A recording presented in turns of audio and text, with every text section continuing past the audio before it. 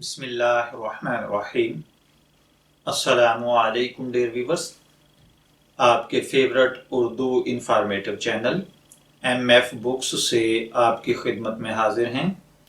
हमारा आज का टॉपिक है बाबा फरीदुद्दीन गंजशकर रहमतुल्लाह अलैह। शेखुल आलिम हज़रत बाबा फरीदुद्दीन मसूद गंजशकर 12वीं सदी के मुसलमान मुबल्लिग और सूफ़ी बुज़ुर्ग शायर थे। उनको कुरून वस्ता के सबसे मुमताज़ और काबिल एहतराम सूफिया में से एक कहा जाता है। उनका मज़ार पाक पतन शरीफ पाकिस्तान में वाक़े है। अजीम सूफी बुजुर्ग और शायर बाबा फरीदुद्दीन गंजशकर का असल नाम मसूद और लक़ब फरीदुद्दीन था। आपकी वलादत 1173 बमुताबिक 599 हिजरी में हुई और आपका विसाल 1265 बमुताबिक 666 हिजरी में हुआ। आपका ख़ानदानी नाम फरीदुद्दीन मसूद है। आपकी वालिदा का नाम कुरसम खातून और वालिद मोहतरम काजी जलालुद्दीन है। बाबा फरीद 5 साल की उम्र में यतीम हो गए थे। आप बगैर किसी शक व शुबा के पंजाबी अदब के पहले और पंजाबी शायरी की बुनियाद माने जाने वाले शायरों में शुमार होते हैं। आपका शुमार बर्रे सगीर के मशहूर बुजुर्गों में होता है जिन्होंने इस्लाम की शम्मा जलाई और सिर्फ एक अल्लाह की दुनिया को पहचान करवाई। बाबा फरीद 584 में मुल्तान के एक कस्बे खोतुवाल में पैदा हुए थे। कहा जाता है कि इनके आबा काबुल के फरख शाह की औलाद में से थे। बाबा फरीद के वालिद शेख शोएब सुल्तान महमूद गजनवी के भांजे थे जो शहाबुद्दीन गौरी के जमाने में मुल्तान के कस्बा खोतोवाल में आकर आबाद हुए। बाज रिवायात के मुताबिक उनके दादा हिजरत करके लाहौर आए और उसके बाद कुछ वक्त कसूर में गुजार कर खोतोवाल चले गए। कुछ रिवायात के मुताबिक आपका सिलसिला 5वें इमाम बाकर के साथ जा मिलता है और अजीजुद्दीन और नजीमुद्दीन आपके 2 भाई थे।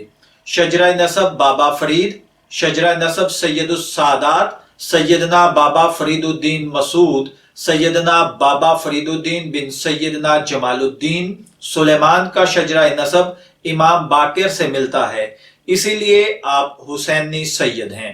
शजरा नसब बाबा फरीद यूं है: सैयदना फरीदुद्दीन मसूद गंजशकर बिन सैयद जमालुद्दीन सुलेमान बिन सैयद सराजुद्दीन शुएब बिन सैयद अब्दुर्रहमान अहमद शहीद बिन सैयद मोहम्मद यूसुफ बिन सैयद शहाबुद्दीन अल अहमद अल मारूफ फरख शाह बिन सैयद नसीरुद्दीन महमूद उर्फ नशियान शाह बिन सैयद सुलेमान उर्फ सामान शाह बिन सैयद मसूद बिन सैयद अब्दुल्ला अल वाइज अल असगर बिन सैयदना अबू अल फतह नासिरुद्दीन अल वाइज अल अकबर बिन सैयद अबू इसहाक इब्राहिम बिन सैयद नासिर अल मारूफ अधम बिन सैयद असवद अल मारूफ हाशिम बिन सैयद अब्दुल्ला दकदक बिन सैयद इमाम अबू जाफर मोहम्मद अल बाकर बिन इमाम ज़ैनुल आबिदीन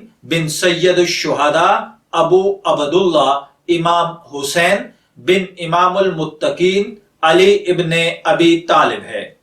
गंजशकर की वजह तस्मिया पर अगर बात की जाए तो आपकी वालिदा माजिदा कुरसुम खातून ने पहली बार बाबा फरीद को नमाज पढ़ने की तलकीन की तो कुछ इस तरह से समझाया कि जब छोटे बच्चे अल्लाह ताला की नमाज अदा करते हैं तो अल्लाह ताला उन्हें शक्कर का इनाम देता है।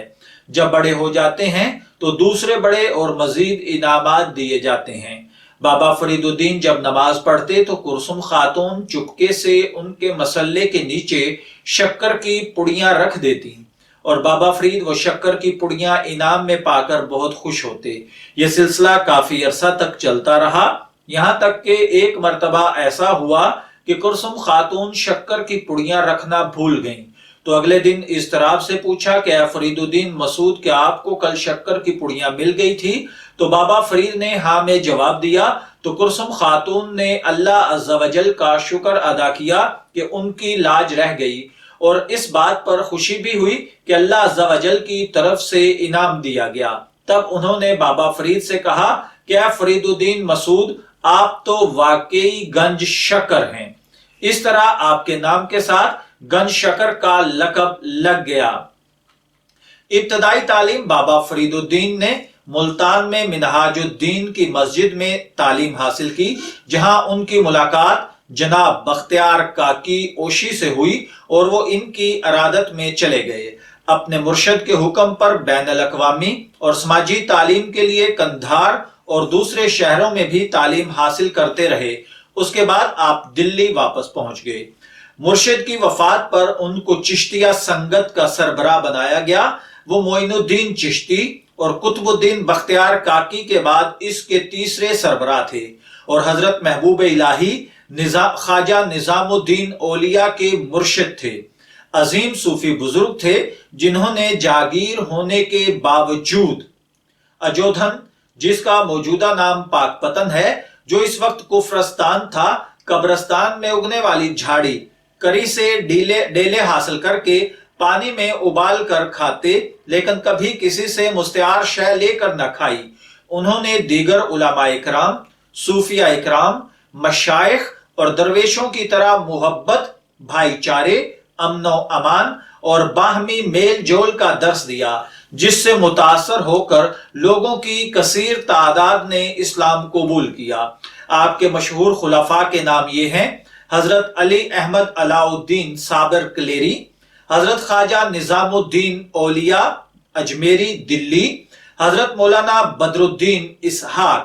اسی طرح کہا جاتا ہے کہ ان کو دلی کی شان و شوکت ہرگز پسند نہ تھی، جس کی وجہ سے وہ پہلے ہانسی پھر اجودھن یا پاک پتن میں ڈیرہ نشین ہو گئے۔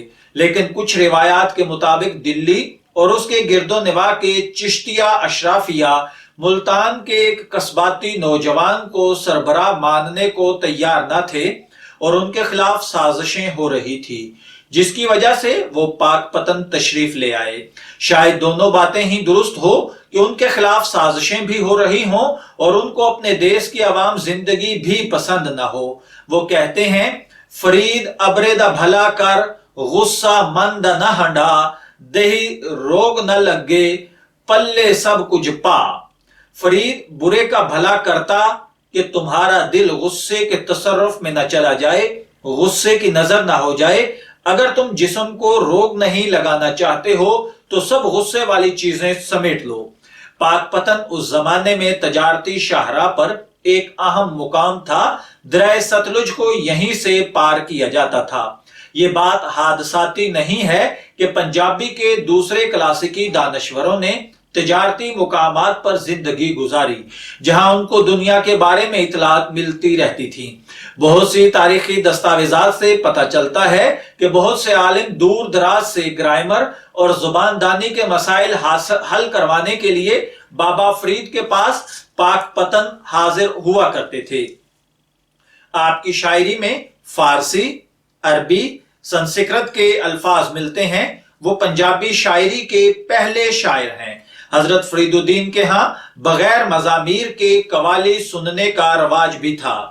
حامد بن فضل جمالی کا کہنا ہے کہ بابا فرید نے پاک پتن میں ہی شادی کی، حالانکہ بعض تاریخی حوالوں کے مطابق وہ دلی میں بادشاہ ناصر الدین محمود کے دربار میں گئے، جہاں بادشاہ نے اپنی بیٹی حضا بارہ کی شادی ان سے کر دی۔ لیکن بعد میں ہونے والے واقعات سے پتہ چلتا ہے کہ انہوں نے عوامی رنگ میں رہتے ہوئے اپنے طبقے ہی میں شادی کی۔ پاک پتن کی عوامی زندگی بھی کوئی آسان نہ تھی، کیونکہ وہاں بھی مذہب کا ٹھیکیدار قاضی موجود تھا، جو ہر طرح سے ان کو تکالیف پہنچانے پر تیار رہتا تھا۔ اکسے کے اکسانے پر لوگ آپ کی اولاد کو تکلیف پہنچاتے تھے، لیکن بابا فرید کچھ زیادہ توجہ نہ دیتے تھے۔ काजी को इस पर भी चैन न आया। उसने मुल्तान के उलमा को इतला दी और सवाल किया कि क्या ये जायज है कि एक शख्स जो अहले इल्म है खुद को दरवेश कहलाए, हमेशा मस्जिद में रहे और वहां गाना सुने और रक्स करे। जब इना उलमा ने भी कुछ न किया तो काजी ने किसी को दे दिलाकर तैयार किया कि वो बाबा फरीद को दौरान इबादत खत्म कर दे, लेकिन उसका ये मंसूबा भी नाकाम हो गया। इन मुश्किलात के बावजूद बाबा फरीद ने जिंदगी को जातियात से बालातर होकर अवाम के दुखों के हवाले से देखा। बाबा फरीद की अवाम के साथ जाती और नजरियाती दोनों ही एतबार से मोहब्बत और प्यार था। वो कहते हैं कि फरीदा खालक खलक में खलको खलक से रब मां मंदा कसनो किसे नु आखी जा तुस बिन कोई ना। फरीद खुदा मखलूक में और मखलूक खुदा में जागुज़ी है। किसी को बुरा कहें जब तुम्हारे बगैर कोई नहीं है।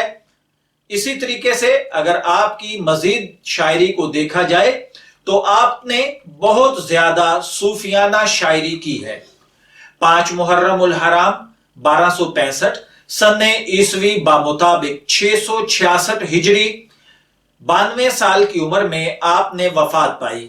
आपका मजार शहनशाह मोहम्मद बिन तगलक ने तामीर करवाया जो आपके मुरीद थे। उन्होंने खुद ही कहा था कि दीवार पर उगा दरख्त कब तक हौसला मंद रहेगा, कच्चे बर्तन में कब तक पानी संभाला जा सकता है। हुजूर बाबा साहब ने सख्त बेचैनी और तकलीफ में गुजारा किया, मगर तमाम नमाजें जमात के साथ अदा की और तमाम वज़ाइफ भी पूरे किए। फिर इशा की नमाज बाजमात पढ़कर आप पर बेहोशी तारी हो गई। कुछ देर के बाद होश आया तो आपने मौलाना बदरुद्दीन इसहाक से पूछा कि मैंने इशा की नमाज पढ़ ली है। मौलाना बदरुद्दीन इसहाक ने जवाब दिया, इशा की नमाज वितर के साथ अदा कर चुके हैं। उसके बाद आप फिर बेहोश हो गए। जब होश आया तो फरमाया कि मैं दूसरी मर्तबा नमाज अदा करूंगा, खुदा जाने फिर यह मौका मिले या ना मिले। मौलाना बदरुद्दीन कहते हैं कि उस रात आपने 3 मर्तबा नमाजी इशा अदा की। फिर आपने वुजू के लिए पानी मंगवाया, वुजू किया, 2 गाना अदा फरमाया, फिर सजदे में चले गए और सजदे में ही आहिस्ता आवाज से या हय्यू या कुयूम पढ़ते पढ़ते आपने वासिले हक्कुल हबीब हो गए। अगर आपके अकवाल पर गौर किया जाए तो आपके अकवाल ज़री आब ज़र से लिखने के काबिल हैं। आपका फरमान है, जो सच्चाई झूठ के मुशाबे हो उसे इख्तियार मत करो। इसी तरह नफ्स को अपने मर्तबा के लिए ख्वार न करो। इसी तरह जिस दिल में अल्लाह का जिक्र जारी रहता है वो दिल जिंदा है और शैतानी ख्वाहिशात उस पर गलबा नहीं पा सकती। मैं दुआ गो हूं कि अल्लाह ताला हजरत बाबा फरीदुद्दीन गंजशकर का फैज रहती दुनिया तक कायम रखे। दुआ गो हैं कि अल्लाह ताला हमें भी उनकी तालीमात के मुताबिक खुद को ढालने की तौफीक अता फरमाए। इजाजत चाहेंगे, फिर मिलेंगे किसी नए नामवर शख्सियत के साथ। तब तक के लिए अल्लाह हाफिज।